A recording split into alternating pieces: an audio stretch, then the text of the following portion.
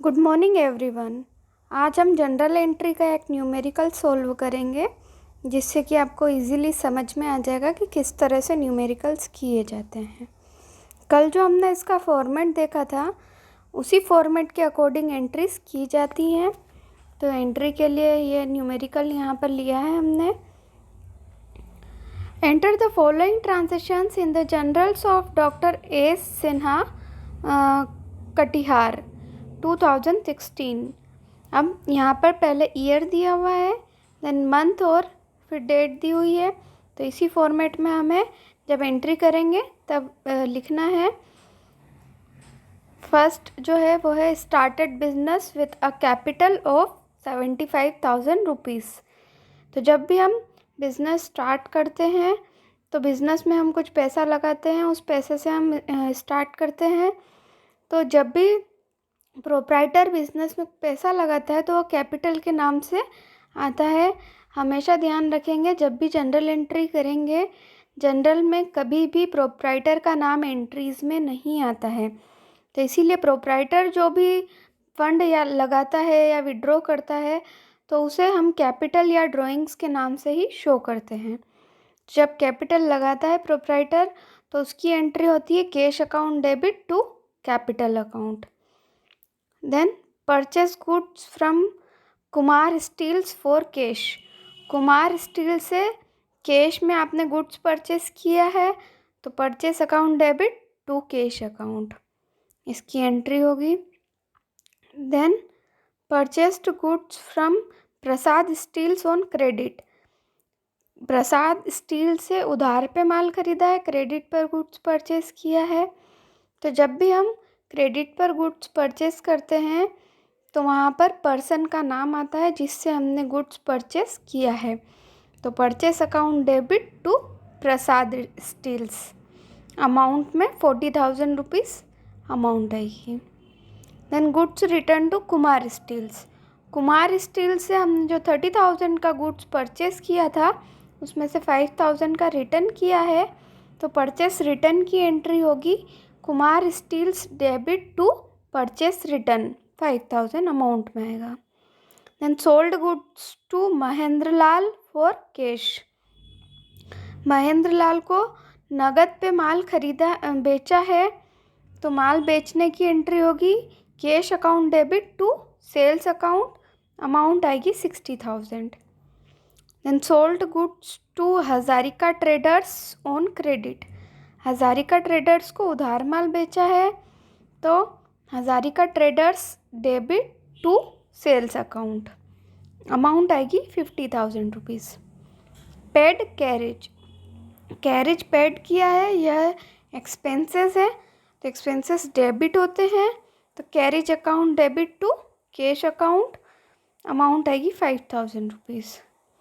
Withdraw cash for private use, यहाँ पर देखिए पर्सनल यूज़ के लिए कैश विड्रॉ किया है तो प्रोप्राइटर ने अपने पर्सनल यूज़ के लिए जो कैश विड्रॉ किया है वह ड्राइंग के नाम से आएगा। तो इसकी एंट्री होगी drawings account debit to cash account, 4,000 rupees. Rent paid, rent चुकाया है तो यह भी एक एक्सपेंसेस है, एक्सपेंसेस डेबिट होते हैं। तो rent account debit to cash account, 1,500 rupees. Then interest received, interest receive हुआ है, यह इनकम है, इनकम क्रेडिट होती है, इसीलिए इसकी एंट्री होगी cash account debit to interest account, 1,500 rupees. Then paid advertisement to Hindustan daily newspaper for cash. Hindustan daily newspaper को एडवर्टीज़मेंट के लिए कैश में पेमेंट किया है तो यह भी खर्च है हमारा। तो एडवर्टीज़मेंट के नाम से डेबिट होगा, advertisement account debit to cash account, 2,000 rupees. Then paid legal expenses for cash, legal expenses नगद में चुकाए हैं, यह भी खर्च है, डेबिट होंगे। Legal expenses account debit to cash account, 500 rupees. इस तरह से इसकी एंट्री होती है। तो देखिए यहाँ पर ये एंट्री की हुई है, ये सारी एंट्रीज जो हमने अभी समझी थी, पर्टिकुलर जो हमारा फॉर्मेट है उस फॉर्मेट में की हुई है। ऊपर हेडिंग डाली है journal entries in the books of doctor S Sinha Kathir.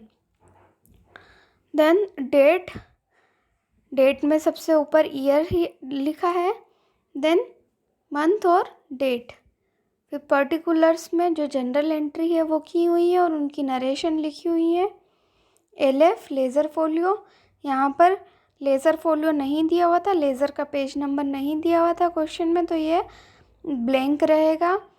लेकिन ऐसा नहीं है कि इसका कॉलम हम नहीं बनाएंगे, कॉलम बनाएंगे चाहे वह ब्लैंक रहे। देन डेबिट अमाउंट और क्रेडिट अमाउंट। तो इस तरह से हमने पूरा फॉर्मेट बनाया है। फिर 1 बाय 1 हमने डेट वाइज सारी एंट्रीज की है। 1 मार्च को जो कैश से हमने बिजनेस स्टार्ट किया था उसकी एंट्री की है, cash account debit to capital account.